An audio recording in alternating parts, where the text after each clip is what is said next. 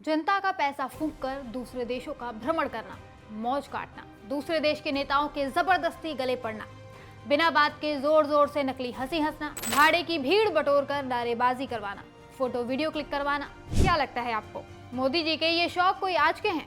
अरे नहीं भाई, ये सब मोदी जी के पैदाइशी शौक हैं जो प्रधानमंत्री बनने के बाद पूरा कर रहे हैं। बाकी गोदी मीडिया है ही इनकी इन फर्जी यात्राओं को मास्टर स्ट्रोक बताने के लिए।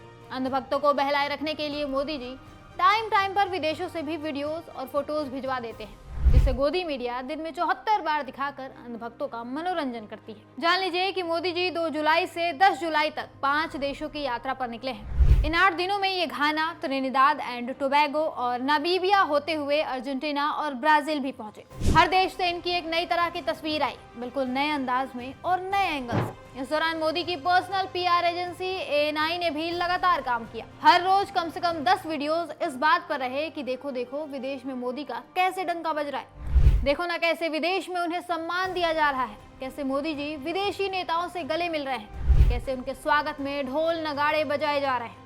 खैर, ये तो हो गई हंसी मजाक की बातें। अब जरा एक बार को गंभीरता से सोचिए और सवाल करिए, प्रधानमंत्री नरेंद्र मोदी की हर महीने की 4 विदेश की ट्रिप जो हम भारतीयों के टैक्स के पैसों से स्पॉन्सर की जाती है, उसका फायदा क्या है? असल में इन यात्राओं से हमें एक भारतीय नागरिक के तौर पर क्या लाभ मिलता है? पहले के प्रधानमंत्री जब विदेश से लौटकर आते थे तो जनता को बताते थे कि जिस देश की यात्रा पर गए वहां से क्या लेकर लौटे, देश को उससे क्या मिला। लेकिन मोदी जी ने ऐसा कभी नहीं किया। जानते हैं क्यों? क्योंकि पहले जो प्रधानमंत्री विदेश जाया करते थे वो किसी लक्ष्य के साथ जाते थे कि यहाँ जाकर ये डील करनी है या इस मुद्दे पर चर्चा करनी है। लेकिन मोदी जी का कभी कोई मुद्दा नहीं रहता। ये विदेश जाते हैं सिर्फ घूमने, मौज करने और अपना PR करवाने। इनकी यात्राओं से भारत को कभी कोई फायदा नहीं मिलता, क्योंकि ये इस लक्ष्य के साथ कभी जाते ही नहीं। भारत पाकिस्तान तनाव के वक्त तो देखा ही आपने, कैसे पाकिस्तान जैसे आतंकी मुल्क के समर्थन में कई देश सामने आ गए, लेकिन भारत के पक्ष में किसी ने कुछ नहीं कहा। एक भी देश हमारे सपोर्ट में नहीं खड़ा हुआ। इसका क्या मतलब था? यही ना कि इन 11 सालों में PM मोदी ने हमारे टैक्स के पैसों को सिर्फ घूमने में बर्बाद किया है।